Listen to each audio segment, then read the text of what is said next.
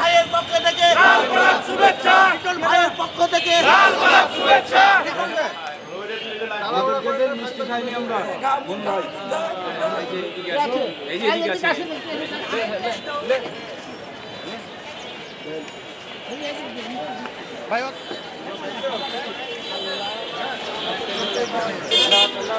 আমাদের প্রাণের দাবি ছিল যে মিনু ভাই আসলেই আমাদের মেয়র ছিলেন এখানকার এবং জনগণ বান্ধব তিনি এই মন্ত্রিত্বটা দিয়েছে। আমি জনাব তারেক রহমান আমাদের চেয়ারম্যান সাহেবকে অনেক ধন্যবাদ জানাই। মিনু ভাইয়ের অনেক ত্যাগ ছিল।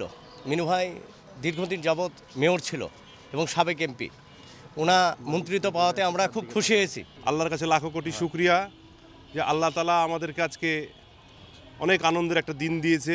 আল্লাহর কাছে লাখো কোটি শুকরিয়া। এসতে শুকরিয়া জানাই জনাব তারেক রহমান সাহেবকে, শুকরিয়া জানাই রাজশাহী শহরের যত মানুষ আছে যারা মিজানুর রহমান মিনু ভাইকে ভোটে দিয়ে জিতিয়েছেন, সবার কাছে শুকরিয়া জানাই।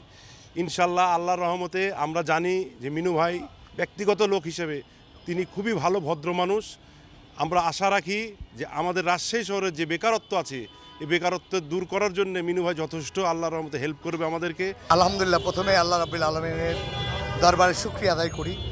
এবং ইতিমধ্যে আপনারা দেখেছেন বিগত 17টি বছর আমাদের নির্যাতিত নিষ্পীড়িত প্রত্যেকটি নেতাকর্মী এবং আমাদের পার্টির যিনি চেয়ারম্যান তারেক রহমান, এদেশের প্রধানমন্ত্রী তিনি এখন বর্তমানে। আমাদের প্রধানমন্ত্রীর নেতৃত্বে বিগত দিনে যত আন্দোলন সংগ্রাম হয়েছে, এই আন্দোলন সংগ্রামের আমাদের উদ্দেশ্যই হলো এই দেশের মানুষের সেবা করা, এই দেশের মানুষকে একত্রিত করে আমাদের যে সমস্ত দেশকে উন্নয়ন করার জন্য, বিশ্বের দরবারে বাংলাদেশকে নিয়ে যাওয়ার জন্য, মাথা উঁচু করে দাঁড়ানোর জন্য যা কর্মসূচিগুলো রয়েছে। এবং আমাদের নেতা তারেক রহমান তিনি কিন্তু 31 দফার রূপরেখা দিয়েছে। ইনশাল্লাহ আমাদের সরকার গঠন হয়েছে আজকে, আল্লাহ যদি তৌফিক দান করে সেই 31 দফার রূপরেখা তারেক রহমান সেটি বাস্তবায়ন করবে।